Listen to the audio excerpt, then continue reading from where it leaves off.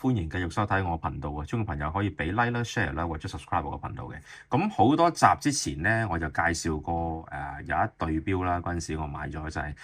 呢隻嘅 Swarovski。咁佢特別之處咧，就係同Kari Ruotsalainen 即係而家係當代都 one of 最勁嘅一個獨立製錶嘅大師啦。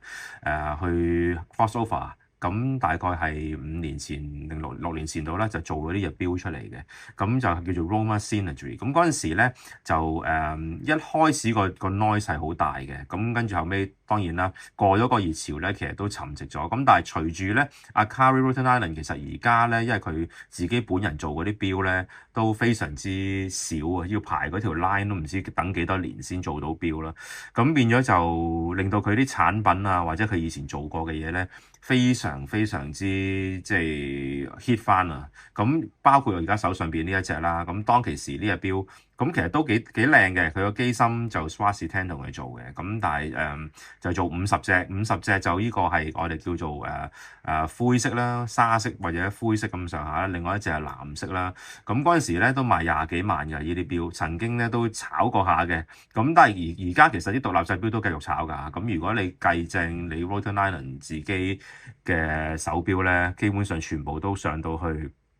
幾百萬嘅啦。咁呢啲咧相對上就係有少少佢嘅神水，咁但係就因為塊面係佢做啊嘛，咁但係就唔使攞咁多嘅價錢去玩到咁嘅味道啦。咁加上呢隻錶有少少似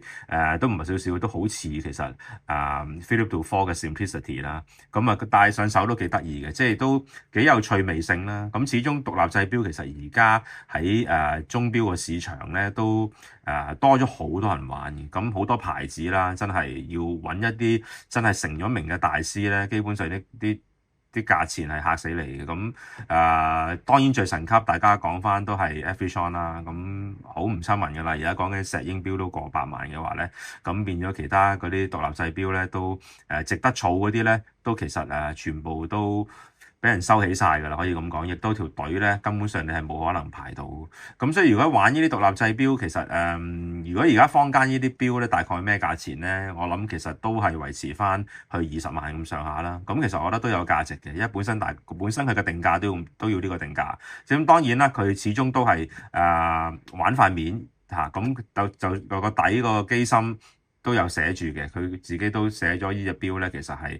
by Kari Ruotsalainen嘅。咁我覺得都玩得過嘅，即係呢啲錶唔係話好貴嘅情況下咧，我覺得都可以儲下嘅，即係玩下當襯下衫，亦都買一個大師嘅作品，一個嘅叫做平價版少少啦，去買一隻呢啲錶，我覺得都不錯嘅選擇。之前幾集都講寶璣啦。咁我今日都帶咗隻寶璣嚟，咁因為兩隻都係好 dress watch 啊嘛，咁可以大家都講下嘅。咁寶璣嘅5140啊，咁呢啲錶其實又係基本上買少見少啦，就係以前做落㗎啦，呢啲錶都10幾年停咗產都有我諗好幾年㗎啦，都已經唔再出乜滯，因為始終呢一個面再特別啲嘅就係用大明火珐琅。咁呢啲 enamel 面咧，咁其實你話佢個產量係冇可能多嘅，因為呢啲大明火珐琅其實咧佢個廢品率非常之高，佢用一個咁高溫88度去燒一件面出嚟，反覆係咁好多次咧，基本上你過咗火就抌得㗎啦。即係寶璣最叻咁都係做有啲嘅，好似呢啲 Guilloche 面咁啦。咁但係 Guilloche 就好多廠都有做㗎啦，其實咁反而我就覺得咧你買錶如果揾翻啲大明火珐琅咧，就會相對上係稀有啲，因為現今嘅錶廠老實講，大家都係為咗揾快錢嘅情況咧，基本上其實佢都唔需要去做咁多呢啲工藝嘢都可以買得到咧，咁更加顯呢啲係比較矜貴咯，即係以前做呢啲嘅明火珐琅大家喺度見到呢個喺個面中間咧，其實佢有一個好隱約嘅一個寶璣嘅 logo， 同埋咧而家睇啲印刷嗰度咧，如果係大明火珐琅咧，基本上佢啲字係全部都係浮起咗，係好特別，隻字都係浮起身。咁亦都喺個 dial 下面呢度寫住係大明火珐琅嘅錶面啦。咁其實咧，呢啲錶咧講緊最谷底啊，最谷底咧係5萬蚊我都見過啦。咁當然其實而家啲人都越嚟越多人都好識嘢㗎啦，即係玩翻呢啲以前嘅舊寶璣咧，就而家個價錢咧就貴略貴翻啲啦，其實都唔使10萬蚊嘅，即係呢啲錶。咁亦都嗱40mm咁大過呢隻 Carry 少少㗎啦，即係 Swarovski 10大1mm 呢個39mm 呢個40mm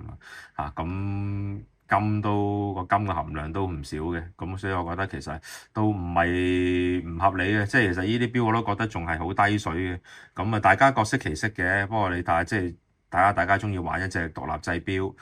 咁玩佢個大師嘅名啊，或者佢嘅拿手嘅錶面咧嘅工藝啊，定係玩翻一啲寶璣一個好大路嘅牌子但係就要識得揀一啲特別啲嘅款去儲啦咁今日分享兩隻啦，一隻就係Swarovski嘅Roma Synergy，另外一隻就係寶璣嘅5140。嘅大明火珐琅嘅錶面嘅3針，希望大家鍾意啦，多謝各位收睇。